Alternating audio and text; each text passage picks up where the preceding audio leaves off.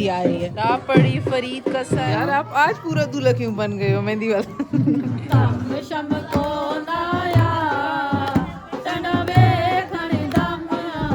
दिहाड़े थोड़े ही रहे।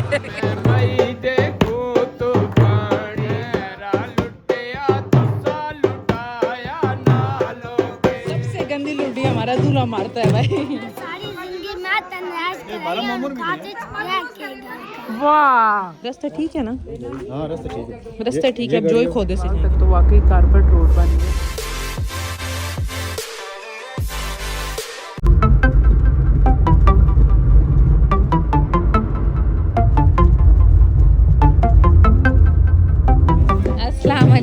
Welcome to our new blog. अच्छा जी आए कहाँ पे, हम इनवाल डिटेल देते हैं। अभी फ़िलहाल मेहंदी आ रही है मेहंदी किसकी? हमारे भाईजान की है और बहुत शदीद हम बैठल के आए हैं। आप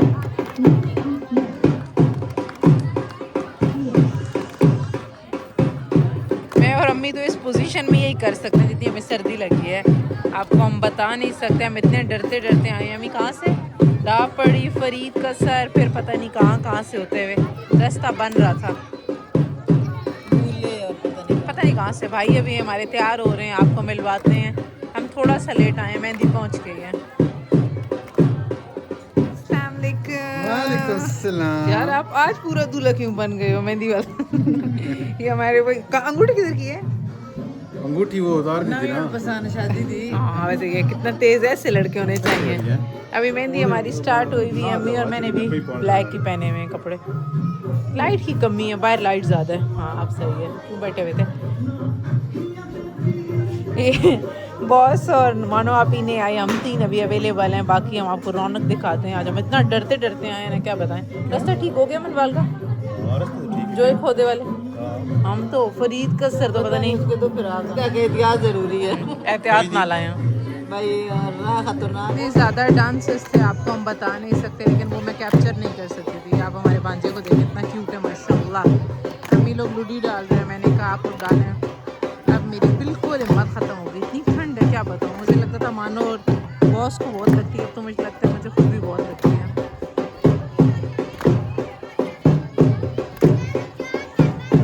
के अलावा बहुत कम जानने वाले लोग हैं। एक हमारी कज़न भी इन्वॉल्व होती हैं। आपने इनकी तैयारी को इससे जज नहीं करना है। बहुत फुल अप्लाई में बोले अस्सलाम वालेकुम। हम साथ साथ बिस्किट खाने को हमें भूख लग गई है बहुत शदीद। अपने दो हमारा बस जिसने मुझे इनके बच्चे ने दिए। सारे रोटी खा चुके हैं, हम अब आए हैं खाना खाने।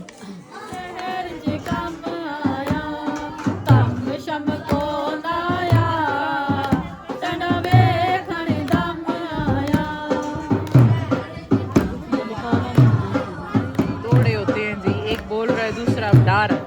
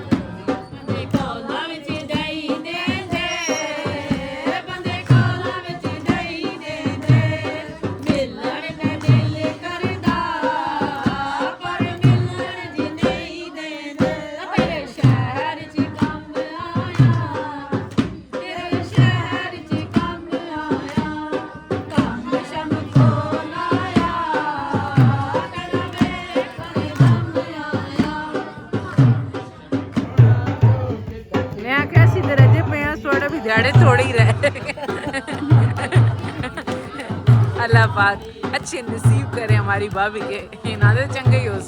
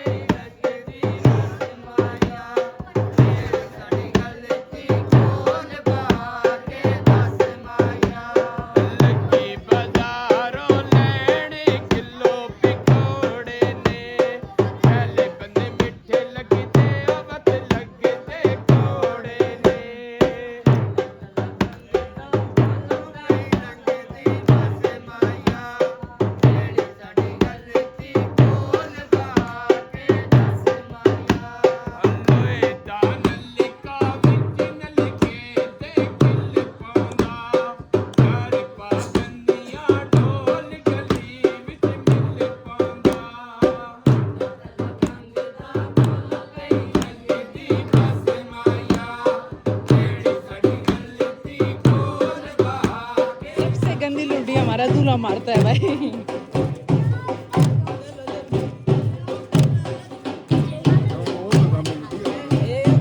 आपको एक मैं दौड़ा नजर करती हूँ अपने वाजे का, बोलें जी। कुत्ते दे गल विच सोने दा हार पाई ना, कुत्ते वाट भी कुत्ते राने, ते खा पी के नमक करामी, अरे विले छते राने, नमक वेख के चपाती वाट लाने, फिर वेख के लुके राने, साइयां कुत्ते जिन्ने रात आउन शेरां दे सामने झुके राने। वाह, एक बहुत अच्छे से सुनो।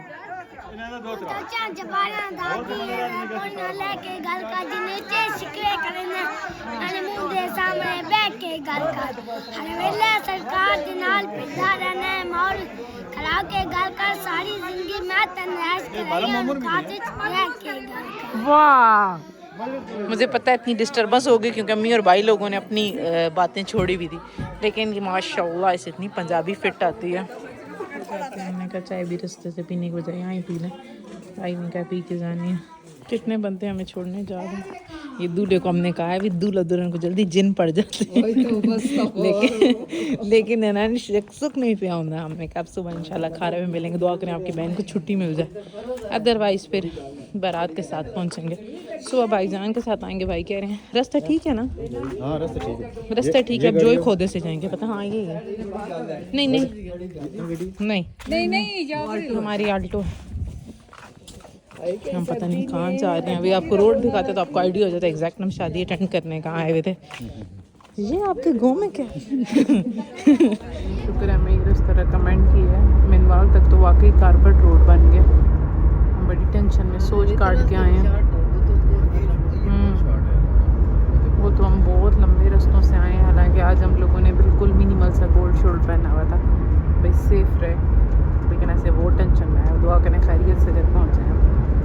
हम हार्डली 20-25 मिनट में चकवाल पहुँच गए और चकवाल देखें कितनी तरक्की कर रहा है।